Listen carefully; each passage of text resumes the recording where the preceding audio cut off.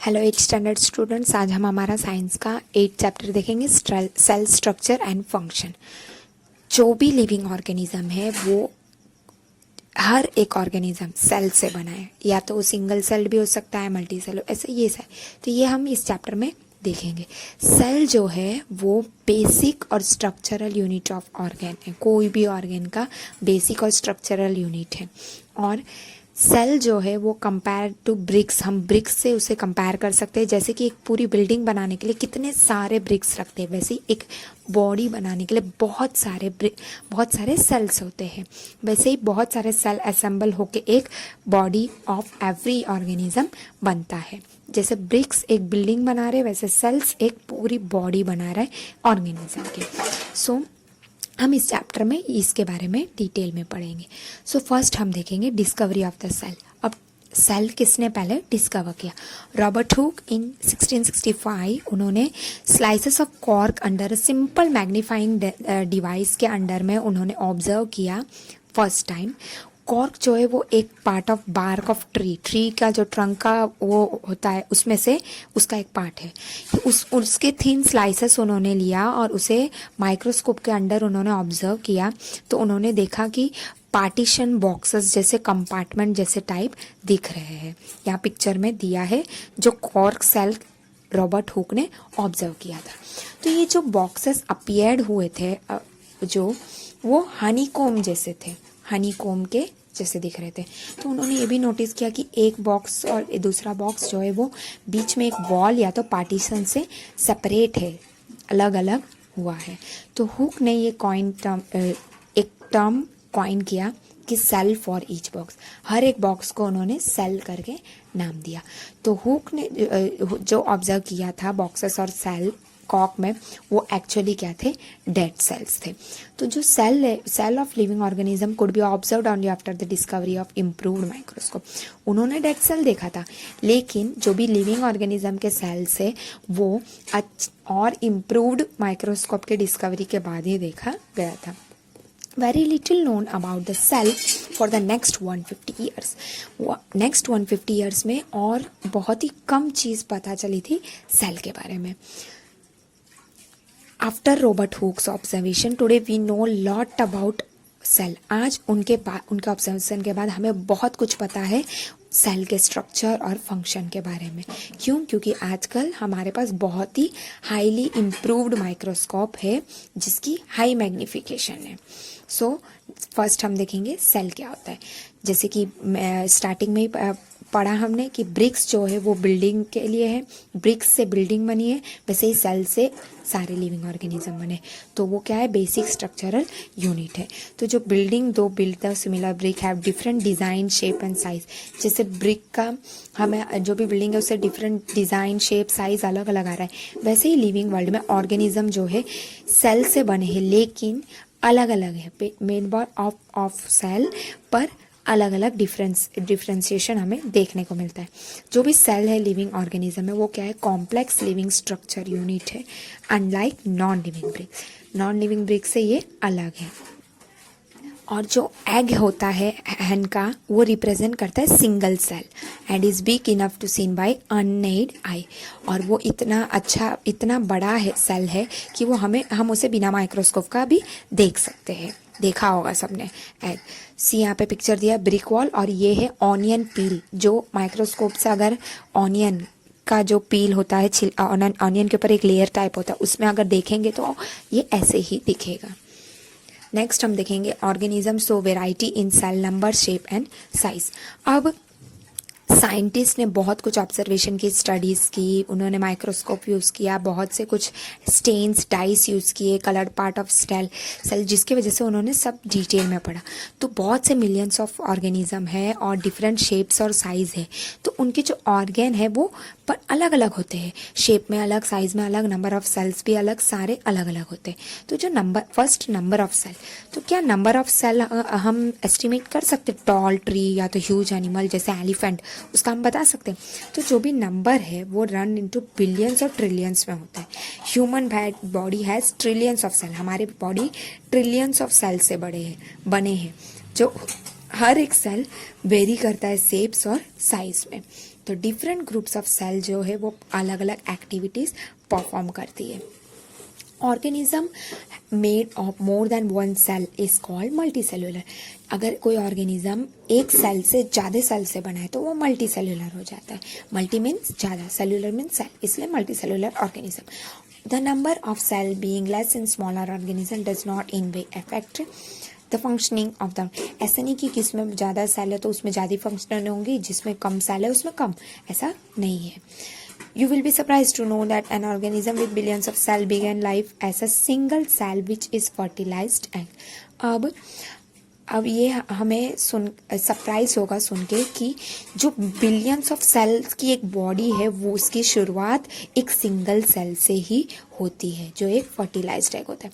तो जो fertilised egg cell है वो मल्टीप्लाइज होता है, बहुत से नंबर ऑफ सेल में अपने आप को वो इंक्रीज कर लेता है, डेवलपमेंट प्रोसीड होता है। उसके बाद सी यहाँ पे पिक्चर में दिया है ए एंड बी, ये दोनों ऑर्गेनिज्म जो है वो सिंगल सेल से बने, एक ही सेल से, तो इन्हें क्या कहा जाता है, unicellular. Uni means one, cellular means cell, तो इसलिए ये यूनिसेल्युलर एनिमल्स है। जब ये बैक्टीरिया का है amoeba and paramecium. Single cell organism बहुत से नेसेसरी एक्टिविटीज़ परफॉर्म करते हैं, जैसे मल्टी सेलुलर ऑर्गेनिज्म परफॉर्म करते हैं वैसे सिंगल सेल ऑर्गेनिज्म जैसे कि अमीबा वो कैप्चर करता है फूड और उसे डाइजेस्ट और रिस्पायर और एक्सक्रीट, ग्रोस एंड रिप्रोड्यूस, ये सारी प्रोसेस वो करता है। सिमिलर फंक्शन हमें मल्टी सेलुलर ऑर्गेनिज्म में भी देखने को मिलेंगे उनके स्पेशलाइज सेल से। Different tissues in the form of organ, cell से टिश्यू बनता है, टिश्यू से ऑर्गन और ऑर्गन से होल बॉडी बन जाता है। नेक्स्ट हम देखेंगे शेप ऑफ सेल, सेल का शेप कैसा होता है।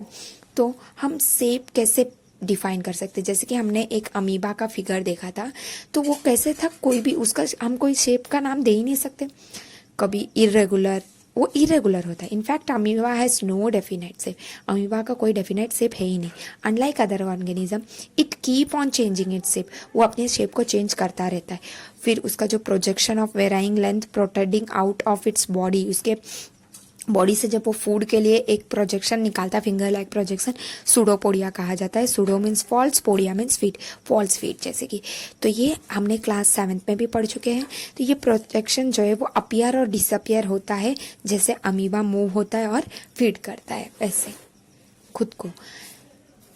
A white blood cell WBC in human blood is another example of single cell। और एक सिंगल सेल का एग्जाम्पल है हमारे ह्यूमन बॉडी में WBC यानी वाइट ब्लड सेल। ये सिंगल सेल होता है जो अपना शेप चेंज कर सकता है। But while WBC is a cell, amoeba is full fledged organism capable of independent existence। लेकिन एज कंपेयर हम अमीबा के साथ करेंगे तो वो एक ऑर्गेनिज्म है, होल ऑर्गेनिज्म, जो फुल फ्लेज्ड ऑर्गेनिज्म है और वो अपना इंडिपेंडेंट एक्सिस्टेंस है। तो what shape would you expect in the organism of billion sale, तो क्या हम कोई शेप एक्सपेक्ट कर सकते हैं जिसमें बहुत मिलियंस ऑफ सेल से बना है वैसे, तो उसका डिफरेंट है, डिफरेंट सेल से, तो different blood, different muscles, different nerves है हमारे ह्यूमन में, तो सब कुछ डिफरेंट हो जाता है स्पेसिफिक फंक्शन से। जनरली सेल्स जो होते हैं वो राउंड होते हैं, या तो स्पेरिकल होते हैं या तो फिर इलोंगेटेड होते हैं। कुछ सेल्स लॉन्ग होते हैं, कुछ पॉइंटेड होते हैं दोनों साइड में, और कुछ जो है स्प्लिंडल शेप में होते हैं, और सेल समटाइम क्वाइट लॉन्ग भी होते हैं। ब्रांच लाइक नर्व सेल भी होते हैं, न्यूरॉन। तो नर्व सेल जो है वो रिसीव एंड ट्रांसफर्स मैसेजेस पूरे ब्रेन से पूरे बॉडी पार्ट में, और बॉडी पार्ट से ब्रेन तक वो मैसेजेस लेके जाते हैं। यहाँ पिक्चर में दिया है कुछ सेल के इमेजेस कैसे शेप में होते हैं, वो यहाँ पे दिया है।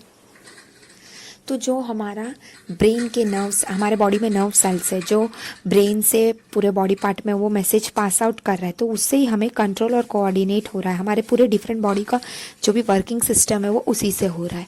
तो कौन से पार्ट का कौन सा शेप देंगे, तो component of the cell are enclosed in a membrane, उनके मेम्ब्रेन में होता है। वो मेम्ब्रेन जो है वो प्रोवाइड करता है शेप, एनिमल्स हो, प्लांट्स हो, कुछ भी हो। Cell wall is an additional covering over the cell membrane in plant cell. अब प्लांट सेल का एक है एडिशनल कवरिंग होती है, उनके ऊपर एक सेल वॉल भी होता है, तो इसके वजह से उनको एक रिजिडिटी शेप मिल जाती है। तो bacteria cell also have a cell wall, जैसे प्लांट सेल में है वैसे ही बैक्टीरिया में भी सेल वॉल प्रेजेंट है। नेक्स्ट हम देखेंगे साइज ऑफ सेल। अब सेल का साइज कैसे होता है, तो जो size of cell in the living organism may be small as the millionth of a meter, micrometer और माइक्रोन, इतने छोटे भी हो सकते हैं, और may be as large as few centimetre, कुछ सेंटीमीटर जितने बड़े भी हो सकते हैं. However most of the cells are microscopic in size and they are not visible is unaided. Mostly सारे माइक्रोस्कोपिक होते हैं, छोटे साइज के होते हैं कि बिना माइक्रोस्कोप के दिखते भी नहीं है. They need to be enlarge and magnified by a microscope. Smallest cell is 0.1 to 0.5 micrometre in bacteria, और लार्जेस्ट सेल कितना है 17 mm into 130 mm is the egg of an ostrich. Egg of ostrich सबसे बड़ा cell है. The size of the cell has no relation with the size of the body of the animal. Cell के size से body का size का कोई relation नहीं होता है एनिमल और प्लांट के. तो it is not necessary that the cell in the elephant be much bigger as those and rat. ऐसा जरूरी नहीं है कि एलिफेंट के बड़े होंगे और रैट के छोटे होंगे. तो साइज ऑफ सेल जो है वो उसके फंक्शन से रिलेट करता है. जैसे कि नर्व सेल्स एलिफेंट में और रैट में दोनों में जो उतने ही बड़े होते हैं वैसे ही ब्रांच में होते हैं. वो दोनों सेम फंक्शन करते हैं. दोनों का काम एक ही रहता है, ट्रांसफरिंग ऑफ मैसेजेस. नेक्स्ट हम देखेंगे सेल स्ट्रक्चर एंड फंक्शन. अब हमने देखा कि सारे लिविंग ऑर्गेनिज्म के ऑर्गन्स होते हैं. ये हमने लास्ट क्लास में भी पढ़ा है कि डाइजेस्टिव ऑर्गन होते हैं जो कंस्टिट्यूट होता है डाइजेस्टिव सिस्टम. तो हर एक ऑर्गन का एक सिस्टम होता है, डिफरेंट सिस्टम, जैसे कि डाइजेशन, एसिमिलेशन, एब्जॉर्प्शन. ऐसे ही सारे प्लांट के ऑर्गन का भी कुछ ना कुछ स्पेशलाइज फंक्शन होता है. जैसे कि एग्जांपल में रूट जो है वो हेल्प करता है absorption of water and mineral. Leaves जो है हमने पढ़ा था कि वो सिंथेसिस ऑफ फूड में मदद करता है. ऐसे हर एक ऑर्गन जो है वो स्मॉलर पार्ट से बने होते हैं जिसे टिश्यूज कहा जाता है. टिश्यूज जो है वो एक ग्रुप ऑफ सेम सेल जो एक स्पेसिफिक फंक्शन परफॉर्म कर रही है वो होता है tissue. Next part of cell. Cell के क्या क्या पार्ट्स है. First cell membrane. Cell membrane क्या होता है, जो बेसिक कंपोनेंट ऑफ सेल है वो होता है cell membrane. Cytoplasm and nucleus. The cytoplasm and nucleus are enclosed with in the cell membrane. Cell membrane के अंदर होता है cytoplasm and nucleus. Also called plasma membrane. उसे प्लाज्मा मेम्ब्रेन भी कहा जाता है. सेल मेम्ब्रेन को जो भी मेम्ब्रेन है सेपरेट करता है सेल्स को एक दूसरे सेल से. Also the cell from surrounding medium, और उसके आसपास अगर कोई मीडियम है उससे भी वो सराउंड करता है. तो जो भी प्लाज्मा मेम्ब्रेन है वो पोरस होता है और वो जो भी मूवमेंट होते हैं सब्सटेंस और मटेरियल का इनवर्ड और आउटवर्ड उसको वो अलो करता है. तो जो भी बाउंड्री होते हैं ऑनियन सेल में वो सेल मेम्ब्रेन है. जैसे कि यहाँ पे पिक्चर में दिया है, ये जो भी बाउंड्री है वो सेल मेम्ब्रेन है. Covered by another thick covering called cell wall. उसके ऊपर सेल वॉल भी है. तो जो भी सेंट्रल डेंस राउंड बॉडी है वो न्यूक्लियस है. यहाँ पे दिया है न्यूक्लियस. और जो जेली लाइक सब्सटेंस है आजू बाजू में वो होते हैं cytoplasm. Between the nucleus and the cell membrane there is cytoplasm. You might have learned earlier that the cell membrane gives the shape to the cell. अब हमने देखा कि सेल मेम्ब्रेन शेप देता है और उसे सेल वॉल कहा जाता है. एडिशनल लेयर भी होता है मेम्ब्रेन का. प्लांट्स में प्रोटेक्शन के लिए, प्लांट सेल को प्रोटेक्शन चाहिए रहता है टेम्परेचर से, हाई विंड स्पीड से, सबसे, क्योंकि वो लोग का वो एक्सपोज है और वो मूव नहीं कर सकते. तो इसलिए उनको क्या चाहिए, सेल वॉल चाहिए. Cell can be observe in leaf peel of elodea and rhoeo. Cells को ऑब्जर्व करने के लिए ये प्लांट्स के लीफ पील में से हम ऑब्जर्व कर सकते हैं. नेक्स्ट हम देखेंगे साइटोप्लाज्म. ह्यूमन चीक सेल. ये हमारे ह्यूमन के चीक का सेल का यहाँ पे दिया गया है. तो जो साइटोप्लाज्म है वो जेली लाइक सब्सटेंस प्रेजेंट होते हैं सेल मेम्ब्रेन में और न्यूक्लियस में.